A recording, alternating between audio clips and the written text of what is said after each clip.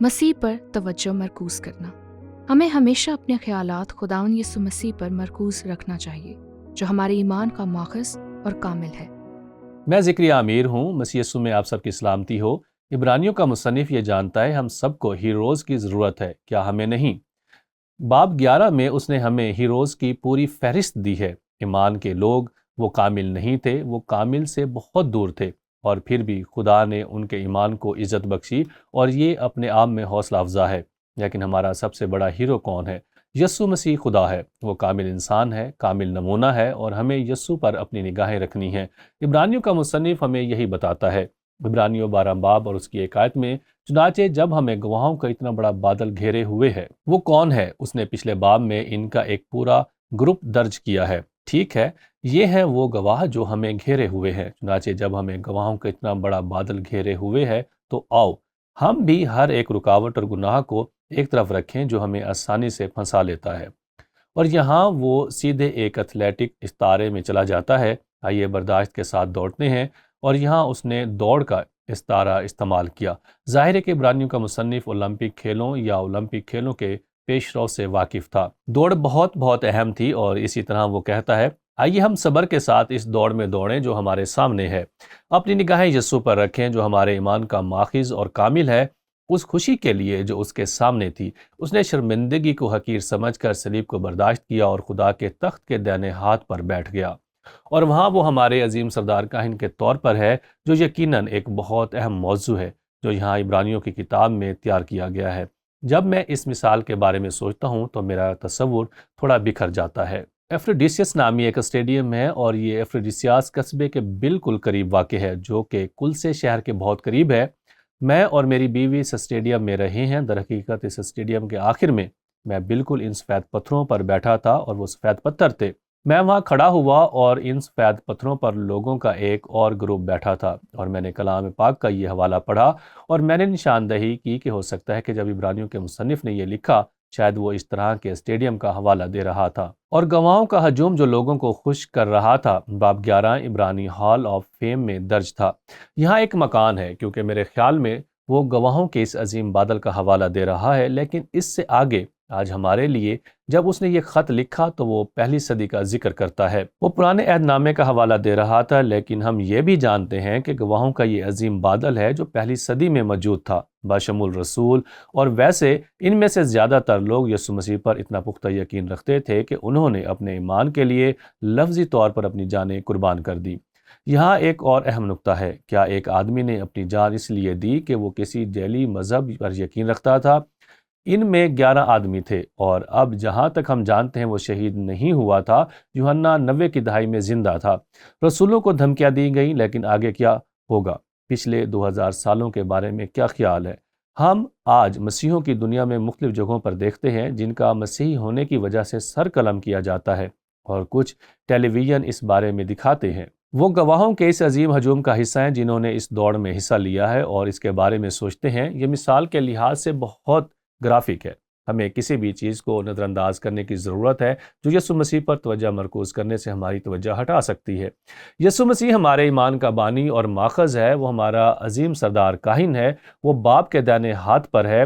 بحیثیت انسان وہ ہماری تمام کمزوریوں کا شکار تھا، اور اس کے باوجود اس نے کامیابی سے دوڑ مکمل کی۔ اور ہمارے عظیم سردار کاہن کے طور پر وہ ہماری حوصلہ افزائی کرتا ہے، اور ساتھ ہی دوسرے ایمانداروں کو بھی جن کو ہم جانتے ہیں، اور اس لیے ہمیں بھی ایک دوسرے کی حوصلہ افزائی کرنی چاہیے۔ آپ دیکھتے ہیں کہ اس کا اس بات سے کیا تعلق ہے جس کے بارے میں اس نے ابھی کہا ہے۔ آئیے اپنے ایمان کو جاری رکھیں، آئیے اپنی امید کو جاری رکھیں، ہمیں اپنی محبت میں ثابت قدم رہنا ہے، اور آئیں ہم اپنے آپ کو ایک دوسرے کے ساتھ جمع ہونے سے باز نہ کریں، بلکہ دوڑ کو مکمل کرنے میں ایک دوسرے کو وفادار رہنے کی ترغیب دیں، اور ہر اس چیز کو ایک طرف رکھیں جو ہمیں اس دوڑ کو فتح سے ہمکنار ہونے سے روکتی ہے۔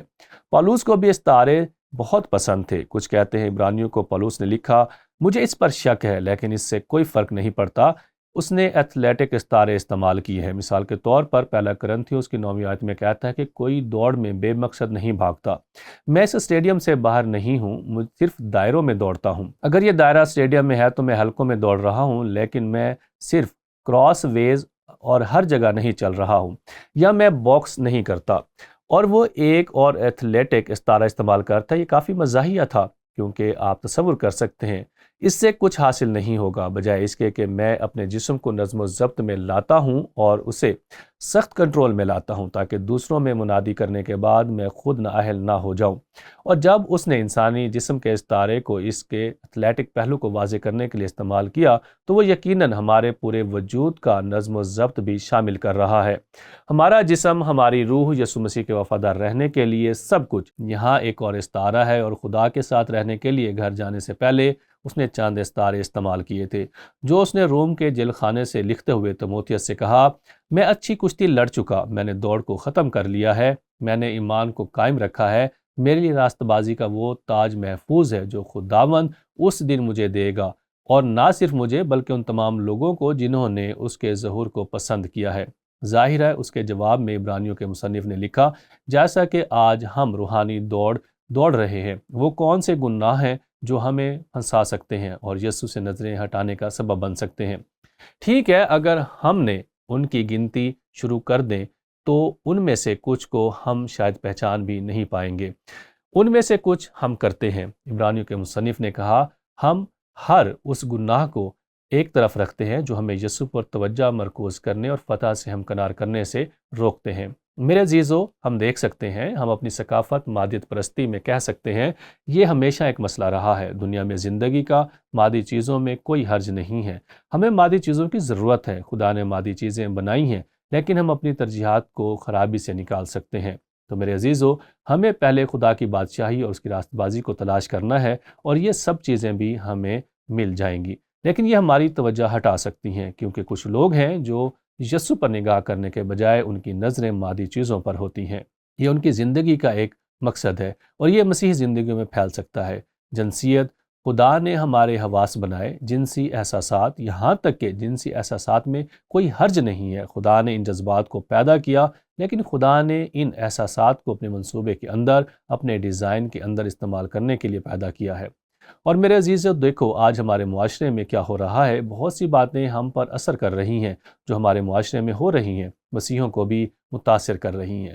کسی بھی قسم کے حالات، ایسے حالات جو ہم کو متاثر کر سکتے ہیں، یسوع سے ہماری نظریں ہٹا سکتے ہیں۔ اب ہم انسان ہیں، خدا اس کو سمجھتا ہے، اور اسی وجہ سے ان تمام حالات میں ایک عظیم سردار کاہن کا ہونا حیرت انگیز ہے، جو ہر طرح سے آزمایا گیا جس طرح ہم آزمائے گئے ہیں۔ کیا یسوع کو کبھی مادی چیزوں کے معاملے میں آزمایا گیا تھا؟ جی ہاں۔ پڑھو کہ شیطان نے اس سے کیا کہا جب وہ روٹی، پتھر اور ان سب چیزوں کے بارے میں آزمایا گیا؟ کیا وہ مغرور ہونے کے لالچ میں آیا تھا؟ وہ ہر طرح سے آزمایا گیا جیسے ہم آزمائے جاتے ہیں، اور وہ پھر بھی بے گناہ رہا۔ اور یہی وجہ ہے کہ وہ ہمارا عظیم سردار کاہن بنا، اور باپ کے دائیں ہاتھ ہمارے لیے شفاعت کرتا ہے۔ تو آؤ میں آپ کو زندہ رہنے کے اصول پر واپس لے جاؤں جو ہم نے پڑھے ہیں۔ ہمیں اپنے خیالات کو ہمیشہ خدا یسوع مسیح پر مرکوز رکھنا چاہیے، جو ہمارے ایمان کا کامل ماخذ ہے۔ اور اس اصول کو تقویت دینے کے لیے میں دوبارہ پڑھنا چاہوں گا جو عبرانیوں کے مصنف نے باب 12 کے آغاز میں لکھا ہے: چنانچہ جب گواہوں کا اتنا بڑا بادل ہمیں گھیرے ہوئے ہے، تو ہم بھی ہر ایک رکاوٹ اور گناہ کو ایک طرف رکھیں جو ہمیں آسانی سے پھنسا لیتا ہے۔ تو میرے عزیزو، آئیے ہم صبر کے ساتھ اس دوڑ میں دوڑیں جو ہمارے سامنے ہے۔ اپنی نگاہیں یسوع پر رکھیں جو ہمارے ایمان کا منبع اور کامل ہے۔ اس خوشی کے لیے جو اس کے سامنے تھی، اس نے شرمندگی کو حقیر سمجھ کر صلیب کو برداشت کیا اور خدا کے تخت کے دائیں ہاتھ پر بیٹھ گیا۔